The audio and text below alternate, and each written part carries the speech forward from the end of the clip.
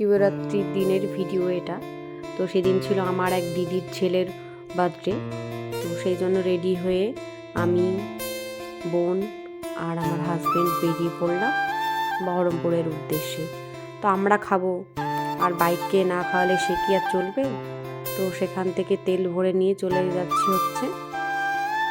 তো যাওয়ার পথে রাস্তায় দেখছি সব বাঁক নিয়ে জল নিতে গেছিলো গঙ্গায়। তো এই দেখতে দেখতে পৌঁছে গেলাম দিদির বাড়ি। তো এখানে এসেই দেখছি খুব সুন্দর ডেকোরেশন করেছে।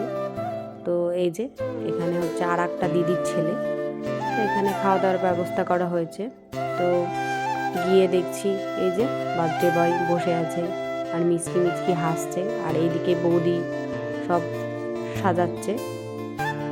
তো এই যে এখানে ওকে মালাও পরিয়ে দিয়েছে, আর মালাটা পরে বেশ খুব কিউট লাগছে। তো একে একে সবাই আশীর্বাদ করে নিচ্ছে। তো এই যে দেখার পরেই বসে পড়লাম হচ্ছে খেতে।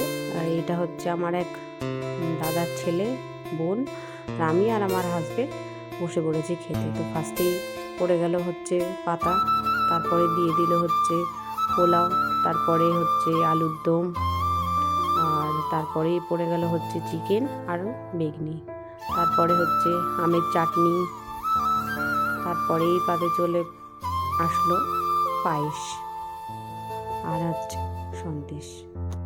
আর এইদিকে দাদার ছেলে খেতেই ব্যস্ত, আর খাওয়ার লাস্টেই চলে আসলো হজমোল্লা। আর তারপরে বেরিয়ে পড়লাম, খাওয়া দাওয়া করে বেরিয়ে পড়লাম হচ্ছে আমি, আমার হাজবেন্ড আর বোন, পেছনে আসছে দাদা বৌদি। আর যাচ্ছি হচ্ছে পাতালেশ্বর বাবাকে দর্শন করতে। তো এই যে চলে আসলাম, ফার্স্টেই বাবাকে দর্শন করে নিয়ে তো মনটা খুব খুশি হয়ে গেল। যেহেতু একটু বিকেল বিকেল গিয়েছি, সেজন্য লাইটটা অত ভালো বোঝা যাচ্ছে না। তো প্রত্যেকবারের মতো এইবারও খুব সুন্দর করে সাজিয়েছে সব কিছু।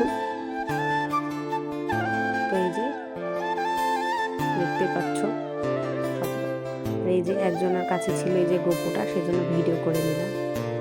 আর খুব সুন্দর সাজিয়েছে, আর দেখতে থাকো।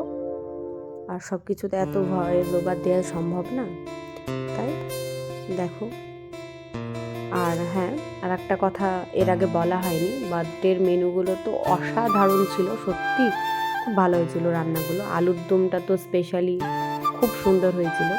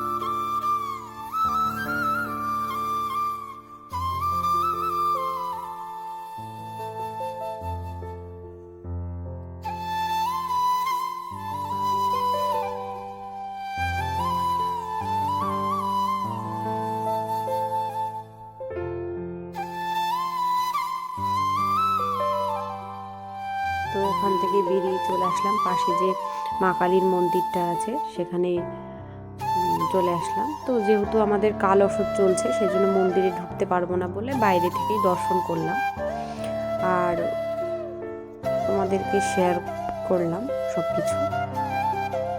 আর যেহেতু প্রচণ্ড ভিড়, তাই এই যে পাশেও ভোলে বাবা আছে বলে এখানেও অনেকজন জল ঢেলে নিচ্ছে।